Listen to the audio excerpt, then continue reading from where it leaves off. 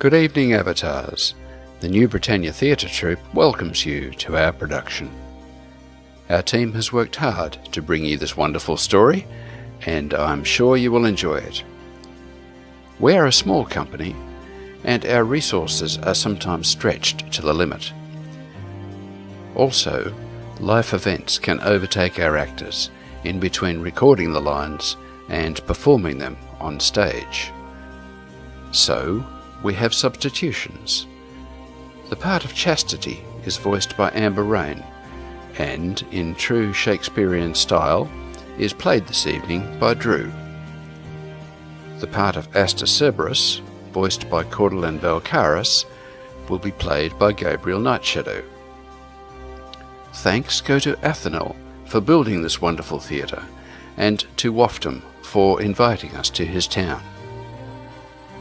The audio track for the play is being broadcast on Avatars Radio. To hear this, either click on a nearby ether vibration amplifier, or activate your portable headset, or use the TuneIn app on your smartphone, or tune into the Avatars Radio webpage via http://avatarsradio.info and click on the live streaming tab. If you can hear my voice, you're already there. Using Avatars Radio has caused us some issues. It is a streaming service, and as it flows down the internet, there can be a variable delay up to 30 seconds or more before it reaches some listeners. As you can imagine, if we are performing on stage and some of us are hearing the audio many seconds before others, it creates chaos, and not the good kind. We have devised a method to overcome this issue. During the play, we are all in voice contact via Discord. As the audio starts, you will hear a short fanfare, followed by a small bell.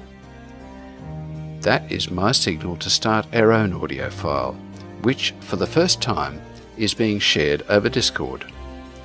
This way, we are at least in sync with each other, and the play runs much more smoothly. If it seems to you that the text we present is out of sync with the audio, this is likely to be the main reason. The web page is usually closer to real time than the in-game radio. Please bear with this, and also with the fact that we are not professionals. Just sit back, relax, and enjoy an intriguing story as we present Daggers in the Dark.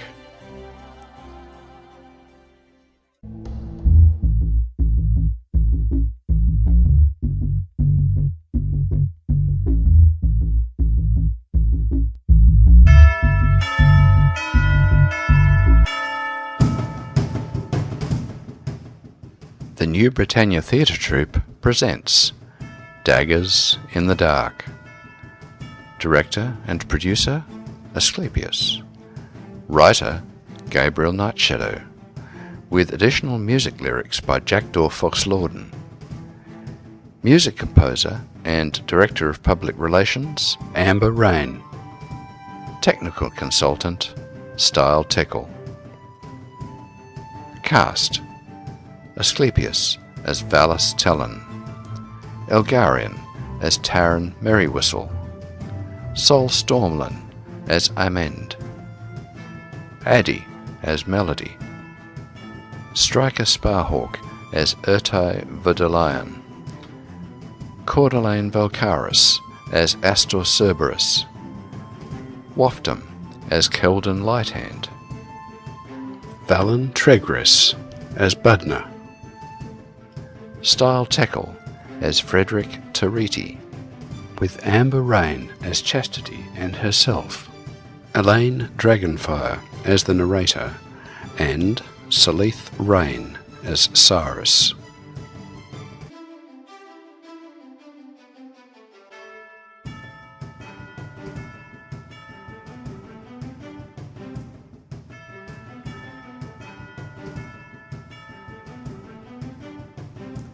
As I peer into the scrying pool, I see that dusk has fallen on the Bear Tavern. The The Bear's 5th anniversary party is in full swing, and everyone is having a good time. Thanks to Keldon.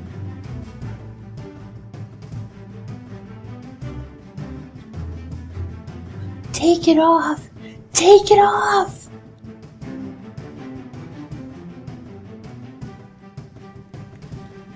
Keldon throws his shirt to Chastity, who catches it.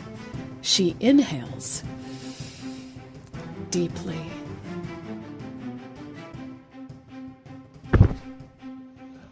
I miss those lovely dancing girls that used to perform here. Ugh, this Fire Mountain ale tastes kind of strange. Hey! Why is it suddenly turning pink? Ah, my good friends, Fred and Harry, our new head brewers, were kind enough to prepare a special batch of their Pink Paradise on Fire Mountain Ale for today's event. Our patrons seem to love the fruity flavor and extra creamy foam. Not me! Good ale shouldn't taste like pomegranates. Hey, I heard about those two guys. There better not be any of that banned synthetic aphrodisiac Shamazar in here. Heavens no, only natural aphrodisiacs, I assure you. Fred and Harry learned their lesson after that unfortunate incident in Pax Lair 2 years ago.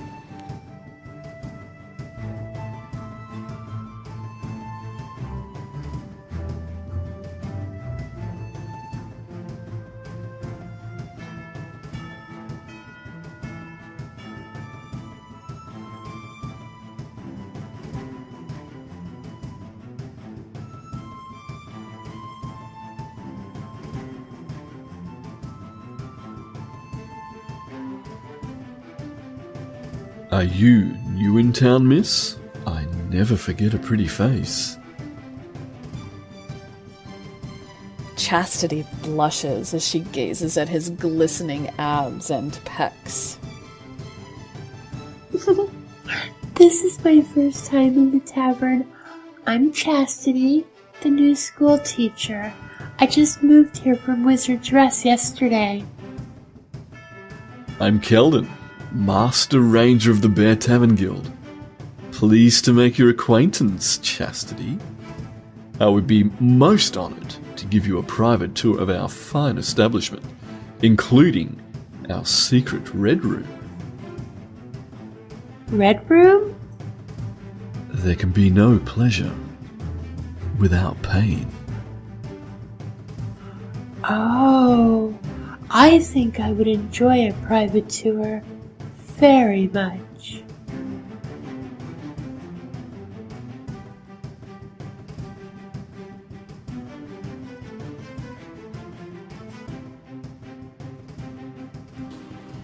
Looks like Keldon is getting lucky tonight.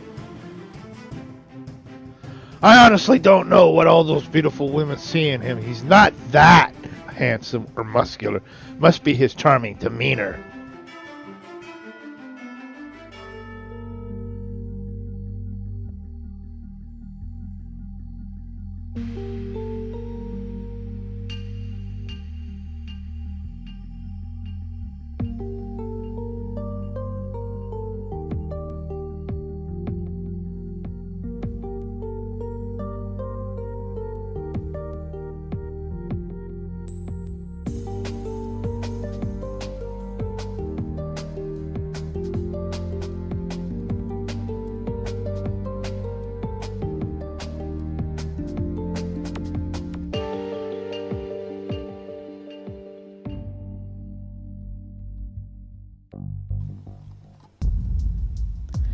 Meanwhile, upstairs in the tavern council meeting room,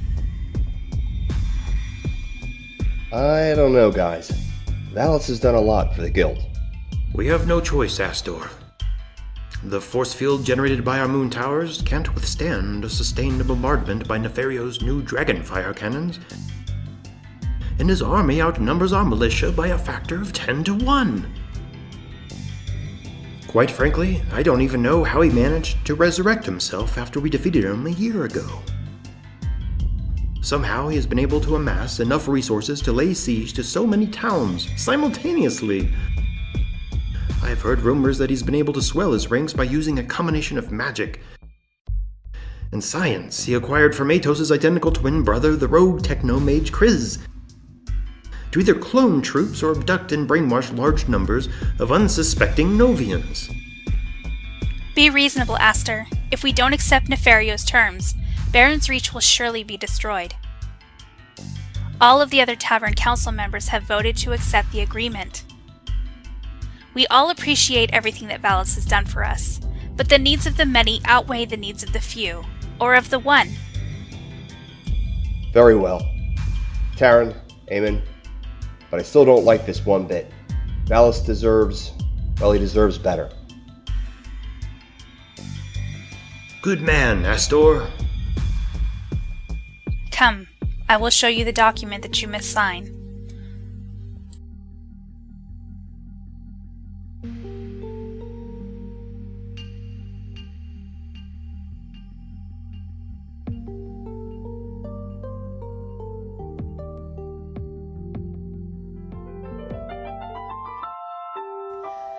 Vodalion is busy in the kitchen preparing a very special dish for Valis.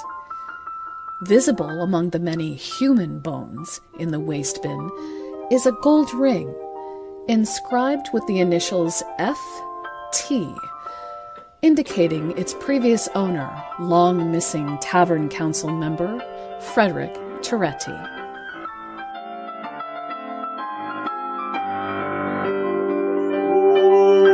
It's a beautiful day in this neighborhood, a beautiful meal of a neighbor. Would you be mine? Could you be mine? It's a neighborly day in this beauty wood, a neighborly day for the beauty. Would you be mine? This cut is so fine. I have always wanted to carve up a neighbor just like you. I've always wanted to cook in a neighborhood with you. So let's make the most of this beautiful day. Since we're together, I might as well say, would you be mine for me to dine? Won't you be my neighbor?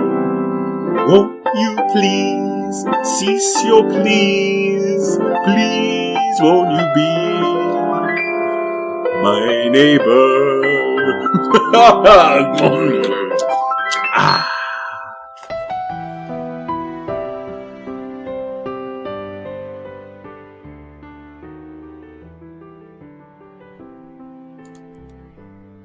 Is that last dish almost done, Vodalion?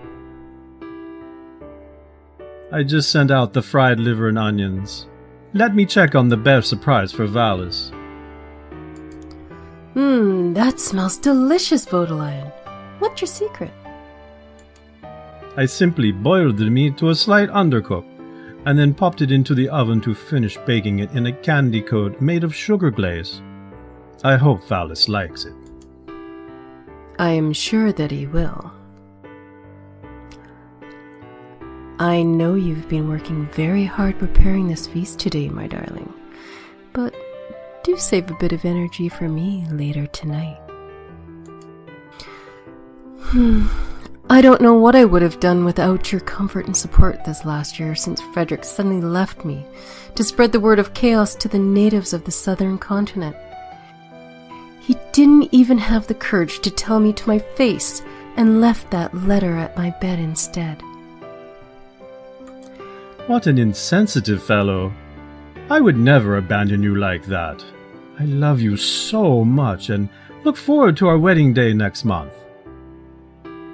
And don't worry, I always have plenty of energy for you, my dear.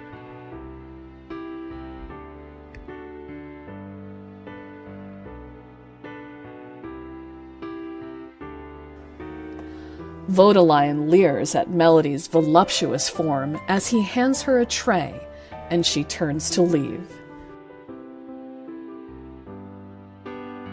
He starts preparing the dessert at the table and fails to notice her pour a vial of poison on the bear's surprise as she exits the kitchen.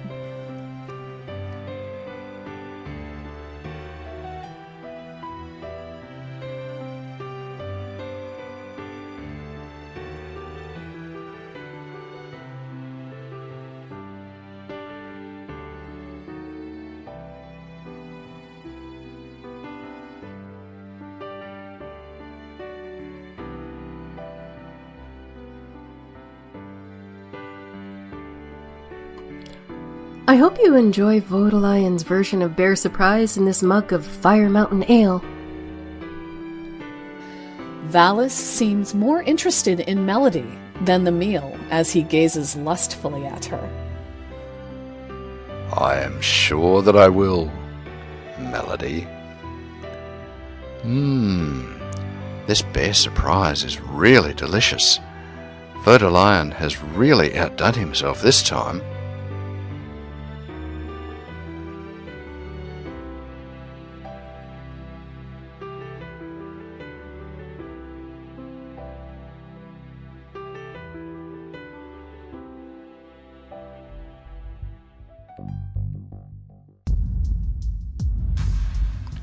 Ah, just the people I was looking for. Fine job you've done with this event, mates. An impressive turnout, although I am a bit disappointed that Baron was unable to join us again this year. We still don't know which one of us is his descendant and heir to his huge cache of gold and rare artifacts. Hope you've all been having a jolly good time. Indeed we are, Valis. You wanted to discuss something with us. Yes, Taran. I have become quite concerned with the recent sieges on the surrounding towns by the Obsidian Kabbalist Nefario. We must make sure our defences are strong enough to repel any such attack on Baron's Reach. Oh, I don't think we will have to worry about that, Valis. Why is that, I meant?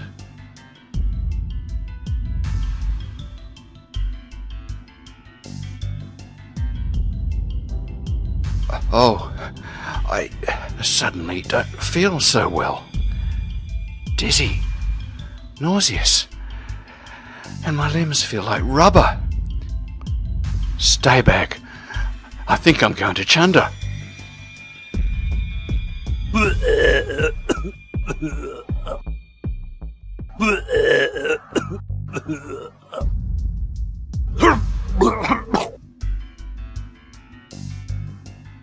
Must be that extra something that Vodaline put in your entree. Guess I better go find my mop and clean up this mess. Hey, what's so funny, Keldon? The Tavern Council recently negotiated a mutually beneficial agreement with the Obsidian Kabbalist Nefario. But one of the conditions was a change in leadership. What?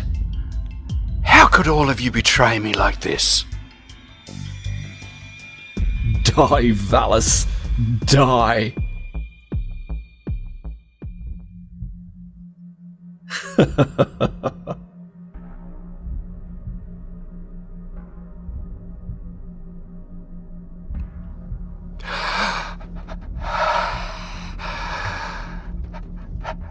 Astor, I trusted you the most.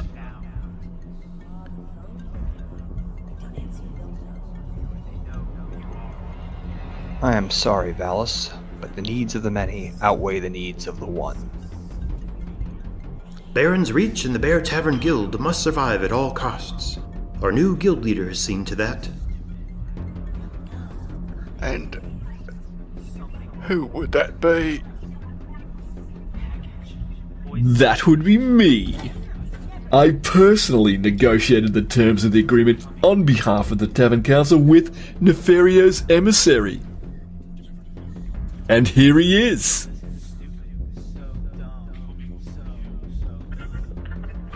Nefario's emissary is Budna. Bloody hell. That's high praise to Budner to you, Valis. Yes, my master will be quite pleased with the terms of the agreement and looks forward to a long and profitable relationship with the Bears. You will all regret making this dodgy deal with Nefario. He can't be trusted. That is none of your concern, Valis. Your time is at an end. Sod off.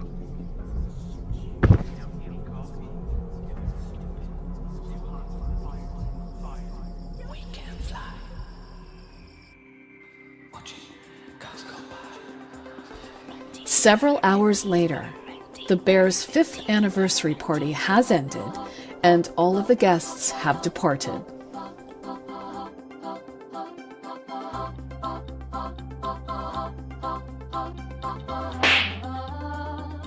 It's about time you woke up, Valis. What kind of example are you setting for your men?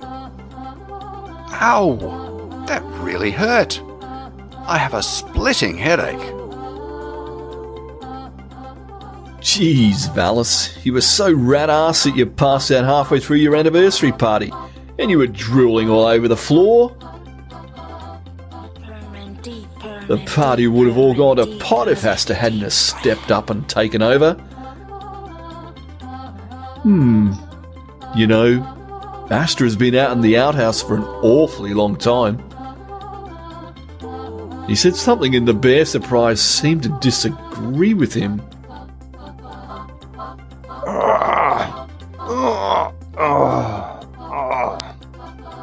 Turn off the lights. Thank heavens. It was just a nightmare. A horrible nightmare. Oh? What was your nightmare about, Valis? I'll tell you guys another time. But for now, another round of Fire Mountain Ale for me and my friends, Melody. Close your eyes. Who is Melody? Valis, you know we haven't had a barmaid since Mindy quit 6 months ago to take that job at the Evil Eye Tavern in Rift's End. The unexplained. We haven't had any applicants since then due to Budner and Keldon's roving hands. Hey, that's not true. We always treat women who come into the tavern with the utmost respect. Yeah, right. What? Melody wasn't real? But she was so beautiful.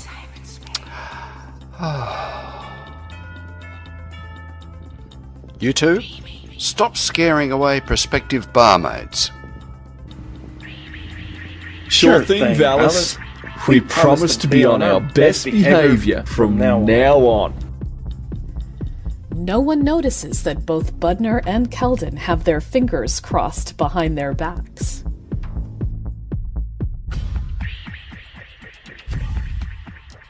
Oh my, it does seem that I missed out on all of the festivities.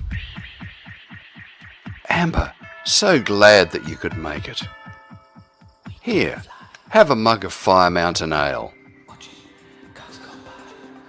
Thank you, Valis. Sorry I'm so late, but I just returned from an expedition to the uncharted southern continent in search of a lost bear. No, I'm not referring to our directionally challenged bear cub either. If you're wondering where he is, he apparently got lost in the Serpent Spine mine again and used up all of his teleport and recall scrolls. At least he had enough sense to bring along his noble's magical discourse orb. Effextive and Fantolio are out searching for him now. It did take us a couple of weeks, but we finally found him. A bearded and disheveled Frederick Toretti walks into the tavern.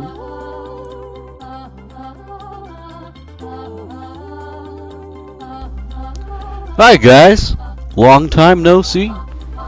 Frederick! Turn off the lights. What happened to you, man? You've been gone for nearly a year. We thought you'd perished. I nearly did, Valis. The first natives I came across in my travels turned out to be a lost tribe of Kaatop cannibals who were worshipping a statue of their missing king, which looked a lot like Denso. They believed that their king would return one day to lead them back to their ancestral homeland, which is now occupied by Paxlair. They thought I would make a tasty meal, so I made a hasty retreat to the nearby river. Managed to avoid getting hit by their arrows, but ended up going over a waterfall and got knocked unconscious. I washed up ashore a few miles downstream and was found by a fearsome but beautiful female warrior who nursed me back to health. Unfortunately, once I was fully healed, her queen would not let me leave their jungle village. The tribe needed me as breeding stock, as all other men had succumbed to some unknown disease a few years before. Frederick, you lucky dog. I'm so jealous. Oh, why am I not surprised? Please continue, Frederick. I was so exhausted by having to perform 8 hours a day in addition to the 8 hours a day I spent cooking, cleaning, and gardening while the women were out hunting. I don't think I would have lasted much longer. Fortunately, that was when Amber and her group found me.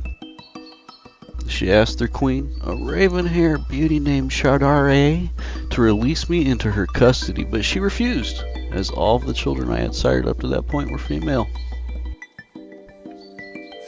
So, how did Amber secure your release? I challenged Chardare to mortal combat, with Frederick as the prize. After a long and fierce battle, I emerged triumphant, but opted to spare her life. Chardare seemed fascinated with my teachings, so I gave her a copy of the Parma, and 2 of my male acolytes volunteered to remain behind in Frederick's stead. So you see, Brother Frederick was able to bring in some new converts to the Church of the Dark Star, although not in the way he had intended. Indeed, Amber. However, I think I will leave the missionary work to our more experienced members from now on. Quite understandable, considering the ordeal you've been through. Don't worry, Brother Frederick. There are plenty of people here in Novia for you to convert. Well, there is one good thing that resulted from my ordeal. May I present my lovely new bride, Melody.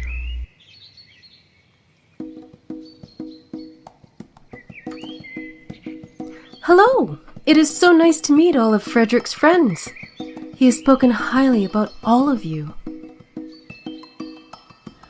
Both Valis and Vodalion gaze lustfully at Melody, but quickly regain their composure before anyone notices.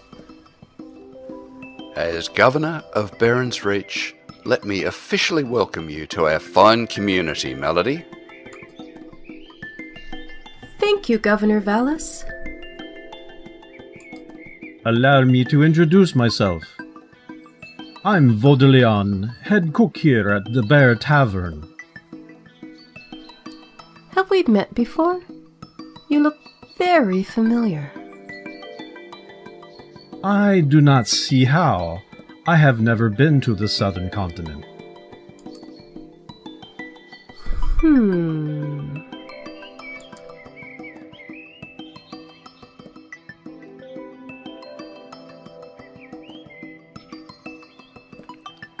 For honor, for glory, for beer!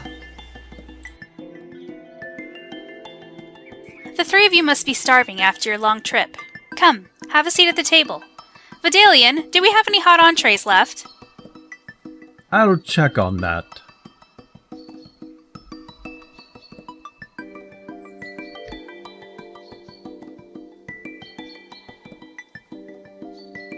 When I was last here, I did promise to check in from time to time to see how things were going. Valis, you should have realized that the dream I sent you was a warning. The gods have forbidden me from taking a more direct role in the coming Shadow War. Now I sense the future of both the Bear Tavern and Baron's Reach is shrouded in darkness. Cyrus suddenly shapeshifts into his true form, that of the demigod Baron. As requested, here is the agreement signed by all members of the Tavern Council in their own blood. Excellent work, Calden. I knew I can count on you. And what about Valis? Don't worry, High Priest Budner. I will make sure he does not live through the night.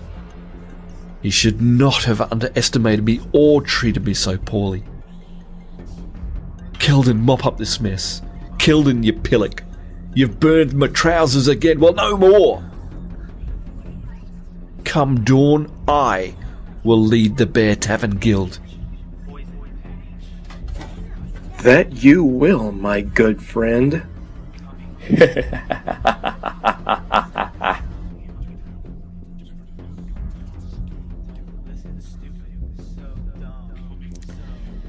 Excellent. Despite Baron's interference, everything is still going according to plan. The bears have welcomed my daughter, Melody, with open arms. Until I can amass sufficient mystical energy to power the cloning chamber which I received from Kriz, my spirit remains trapped in the body of this wandering female healer who stumbled upon my burnt and defiled remains. Soon I shall have my revenge on the bears for destroying my physical form and preventing my resurrection. So swears Nefario.